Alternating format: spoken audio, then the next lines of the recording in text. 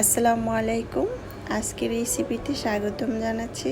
আজকে আমি অসাধারণ একটি সকাল বিকালের নাস্তার রেসিপি নিয়ে চলে আসলাম। এটা যে কেউ ঝটপট তৈরি করে খেতে পারেন। খুবই মজাদার একটি নাস্তার রেসিপি।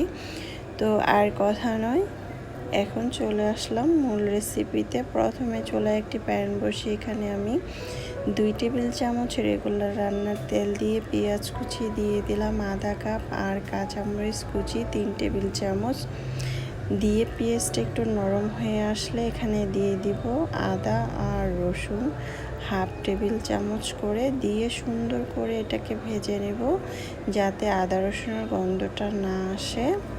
এখানে একটু পরিমাণ পানি দিয়ে দিব। অনেক সময় দেখবেন আদাগুলো তেলের মধ্যে ভাজতে গেলে কিন্তু ছিটিয়ে আসে, তাই একটু পরিমাণ পানি দিলে কিন্তু আর ছিটিয়ে আসবে না। তো সুন্দর করে আমি পানিটা দিয়ে ভালোভাবে এটাকে নেড়ে চেড়ে এটাকে জাল করে নেব 2 থেকে 3 মিনিটের মতো খুব সুন্দরভাবে।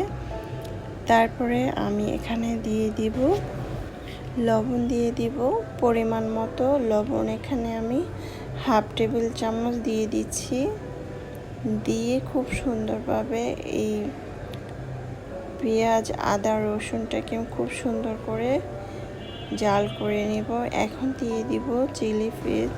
এখানে আমি 1 টেবিল চামচ দিয়ে দিব, যেহেতু জালের পরিমাণটা বেশি হলে নাস্তাটি খেতে ভীষণ ভালো লাগবে। তো এখন আমি দিয়ে দিলাম এখানে 1 টেবিল চামচ। তারপরে আমি এখানে সয়া সস দিয়ে দিব 1 থেকে 1.5 টেবিল চামচের মতো। অনেক সময় বাসায় সয়া সস না থাকলে টমেটো সস দিয়ে কিন্তু এটা তৈরি করতে পারবেন। এখন আমি সয়া সস দিয়ে দিলাম 1.5 টেবিল চামচ। তারপরে এখানে দিয়ে দিব টমেটো সস আমি এখানে 2 টেবিল চামচ দিয়ে দিব। 2 টেবিল চামচ টমেটো সস দিয়ে সুন্দর করে নেড়ে চেড়ে আমি এটাকে জাল করে নেব, খুব সুন্দরভাবে কষিয়ে নেব। দেখবেন তেলটা খুব সুন্দরভাবে ভেসে উঠেছে। এই পর্যায়ে এখানে দিয়ে দিব কালো গোলমরিচের গুঁড়াটা হাফ টেবিল চামচের মতো দিয়ে খুব সুন্দরভাবে নেড়ে চেড়ে আমি এখন কষিয়ে নেব। এটা একদম ভালোভাবে কষাতে হবে।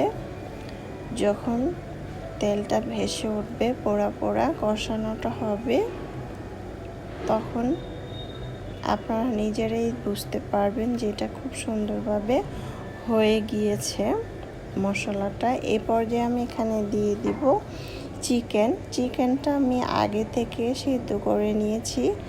এখানে চিকেনটা লবণ আর আদা রসুন দিয়ে আমি সুন্দর করে চিকেনটা 200 গ্রামের মতো সিদ্ধ করে এভাবে করে ছুটিয়ে নিয়েছি। তারপর এখানে গাজর কুচি দিয়ে দিলাম 1 কাপ। গাজর কুচিটা আপনারা না চেনে না দিতে পারেন, কিন্তু আমার কাছে মনে হচ্ছে গাজর কুচিটা দিলে ভীষণ ভালো লাগবে। আপনারা যদি চান অন্যান্য সবজি এখানে ব্যবহার করতে তা দিতে পারেন। খুবই অসাধারণ লেগেছিল এই পুরটা। তা আমি কিন্তু খুব সুন্দরভাবে এখন একসাথে নেড়ে চেড়ে রান্না করে নিচ্ছি। আমার পুরটা কিন্তু অলরেডি হয়ে গিয়েছে, দেখতেই পাচ্ছেন একদম পোড়া পোড়া হয়ে গিয়েছে। এই পর্যায়ে আমি এখানে পাউরুটি নিয়েছি। পাউরুটিটা এরকম একটি বাটি দিয়ে গোল করে এভাবে করে কেটে নিচ্ছি। এভাবে করে আমি কিন্তু সবগুলো কেটে নিলাম, আপনাদেরকে দেখিয়ে দিলাম যে আমি কি করে এটাকে কেটে নিলাম। তো ওগুলাকে আমি বানিয়ে নিব, ব্রেডক্রামে কাজে লাগবে এই যে এগুলা। তো দেখতেই পাচ্ছেন আমি কিন্তু সবগুলো এভাবে গোল করে কেটে নিয়েছি। তারপরে আমি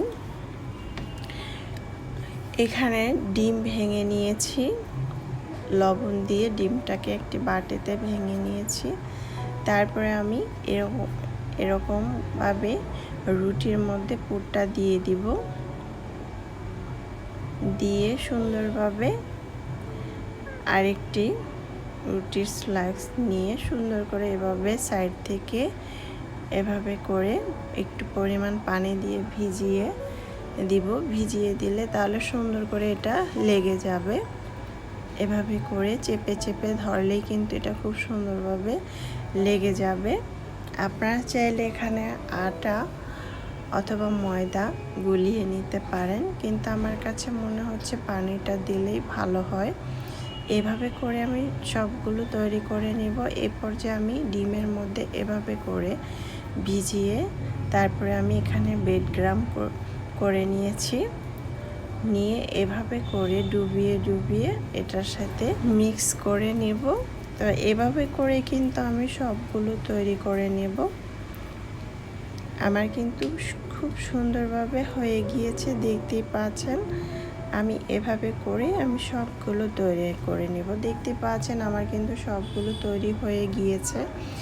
এখন আমি এই পর্যায়ে চুলায় একটি প্যান বসিয়ে এখানে আমি তেল দিয়ে দিচ্ছি, প্রায় 1 থেকে 1.5 কাপের মতো। তেলটা একটু বেশি পরিমাণ দেওয়ার চেষ্টা করবেন, তাহলে ভাজতে খুবই ভালো লাগবে।